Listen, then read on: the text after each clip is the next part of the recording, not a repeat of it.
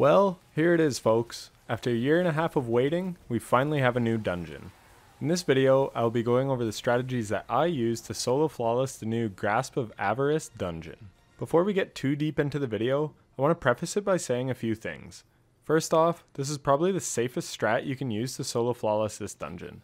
This isn't really for speedrunning. This is a slow, methodical strategy to just get you through it without dying. The next thing is you definitely want to have a few runs under your belt before attempting this dungeon. The reason for that is that you want a basic understanding of the mechanics going on, and there are also some traps along the way that can kill you. Obviously, I do not hit them in this run, but you want to know where the pressure plates are in this dungeon and a few other tricky little spots that can catch you off guard. If you have knowledge of those things, then we can pick up from there and I will teach you the strategies I used for each encounter. If you want to see exactly what I did for the whole dungeon, I have the complete run up on YouTube and will link it above. With that out of the way, let's hop into it. The first thing we'll be looking at is my loadout, and I was on a warlock for this run. This dungeon can definitely be soloed on any character. Bottom Tree Sunbreaker and Bubble Titan are really good in here depending on the encounter, and Invis Hunter, as always, is a solid choice. The nerf to the dodge makes the 6 Coyote Invis strat a little less powerful, but overall it would still be good.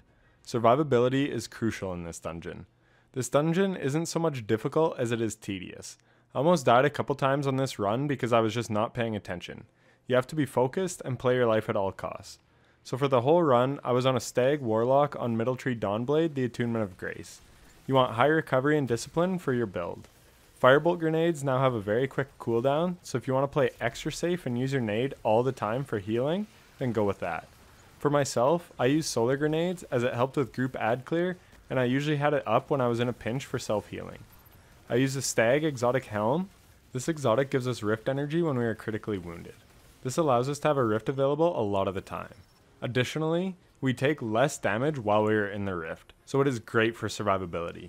And speaking of survivability, we have protective light on our helmet so that we gain damage resistance when we are critically wounded whenever we are charged with light. On the gloves, we have Fusion Rifle Loader to load Vex Mythoclast quicker, and a Grenade Launcher Loader to load our Ignition Code quicker. On the robes, I have Heavy Handed, but do not use this. This was a mistake by me, as I meant to run Quick Charge but messed it up. So what Quick Charge does is it will give us stacks of charge with light when we get multi-kills with a Fusion Rifle. And because Vex is a Fusion Rifle, this is very easy. I really wish I had used this the entire time instead of Heavy Handed. I just was not thinking. On the legs, we have Linear Fusion Rifle Scavenger to keep our Threaded Needle topped up. And lastly, on the Bond, we have Particle Deconstruction, which allows our Vex and Threaded Needle to deal 40% more damage. This allows Vex to chew through ads and allows our Linear Fusion Rifle to hit for a ton of damage. We also have Charged Up, which allows us to hold an extra stack of charge with light. This would be valuable had I been running Charged Up. It's not needed, but it's nice to have. We have the Kinetic Grenade Launcher, the Ignition Code, with Blinding Grenades. This blinds enemies to give us a minute to breathe if we get overrun by ads. Of course, we have the Vex Mythoclast, and lastly, we have a Threaded Needle with Autoloading Holster and Vorpal Weapon. We also have a boss spec on, as we are really only using it versus the 2 bosses. This loadout is not the end all be all. My clanmate beat the dungeon with a Kinetic SMG, Cartesian Coordinate, and 1000 Voices running the Devour tree. I've run this dungeon a few times with friends, and can tell you that Witherhoard is a monster here. Null Composure does great for ad clear with Reservoir Burst. You can mix and match what weapons you enjoy or are comfortable with. But as far as the subclass and mods, I think Well of Radiance with the Stag and Protective Light is your best bet. With all that out of the way, let us get into the guide. As I said at the top, a base knowledge is crucial here, but I will still go over each encounter. So for the first encounter, just take out the ads and deposit the engrams. I'm not 100% certain, but I think you need to duck in and out of the cave a total of 3 times. On one of my runs, I gathered over 30 engrams and deposited them all at once, and it didn't allow me to pass through. So here you can see I take out the enemies in waves, and eventually I am able to drop down. From here you want to take out the Shrieker first, and then the Knights and the rest of the ads.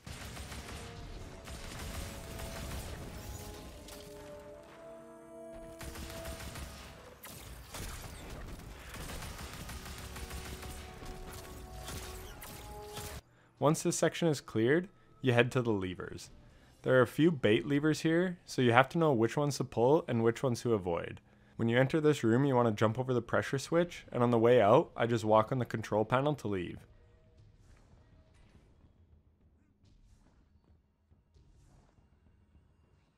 jump on the outside door to trigger it to fall, and then glide into the room below. I use strafe lift through the whole dungeon for the control and because I am used to it, but just use what you are comfortable with. From here we go to the back right tunnel and then jump up to the right, avoiding another pressure plate.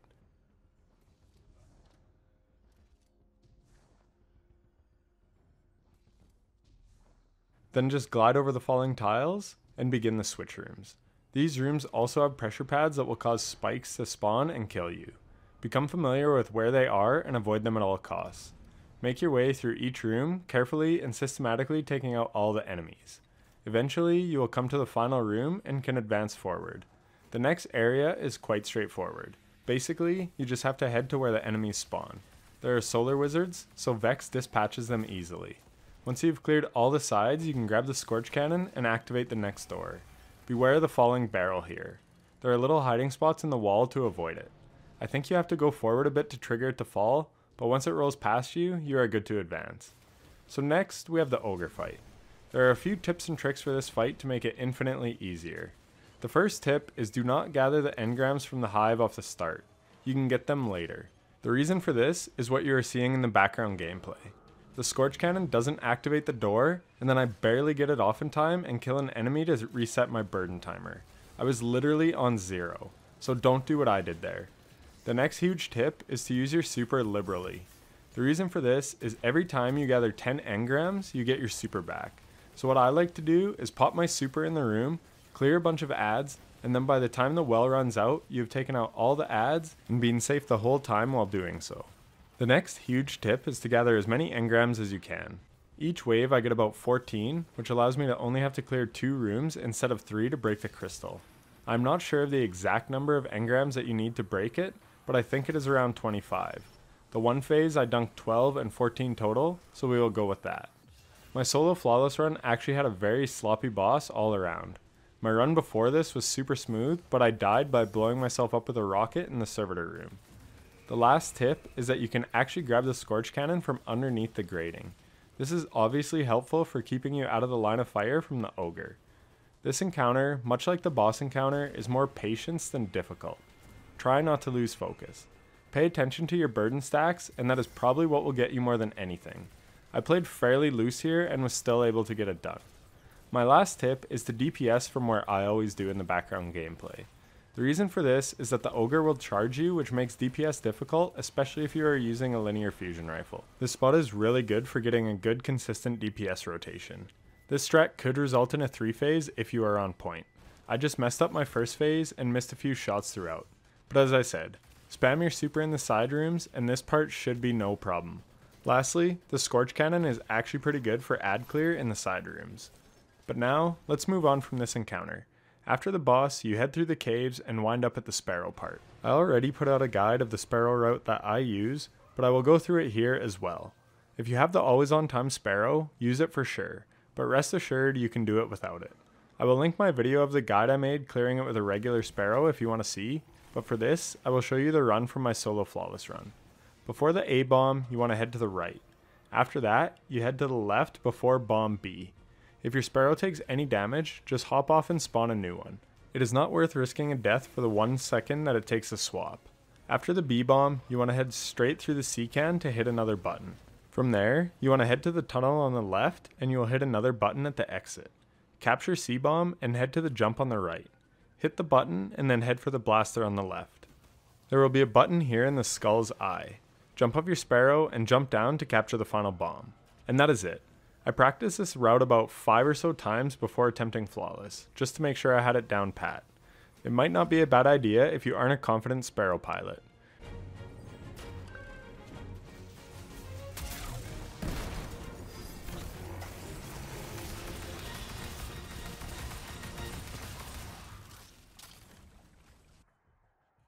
From here, we head to the Servitor room. This room is extremely easy but somewhat tedious. On my super smooth run before this, I had swapped to a rocket launcher and killed myself, so don't use one of those. Instead, equip an arc sword for the captains and go to town. My biggest piece of advice here is to be very careful when rolling the servitors. They can shoot off the edge and then you are screwed. This happened to me in a fire team today, and when you go to kill a 5th Servitor, the game glitches out and disconnects you. So make sure you go 4 for 4. Also make sure the cannon is lined up properly to shoot the shield. You have lots of time. And again, watch your burden to make sure you don't accidentally die. This is a very chill encounter. There's nothing too threatening here. You just have to make sure you don't do anything dumb.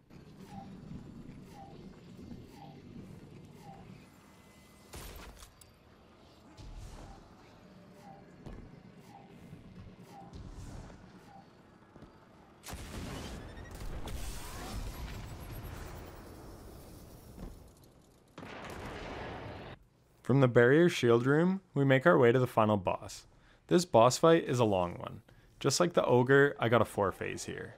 The biggest threats here are the Vandal and the Sniper Shank in the middle that spawn every round. I always elect to deal with them first. And on the last phase, I forget to and it almost cost me. You can shoot them with the Scorch Cannon and hold it to do a bunch of damage. I choose not to do this and instead slowly chip away with the Vex from cover. This part takes a long time, but it is worth it to do.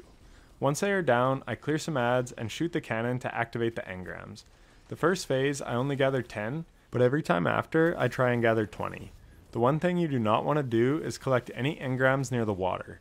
Touching the water will kill you. Avoid it at all costs. Don't even get near it.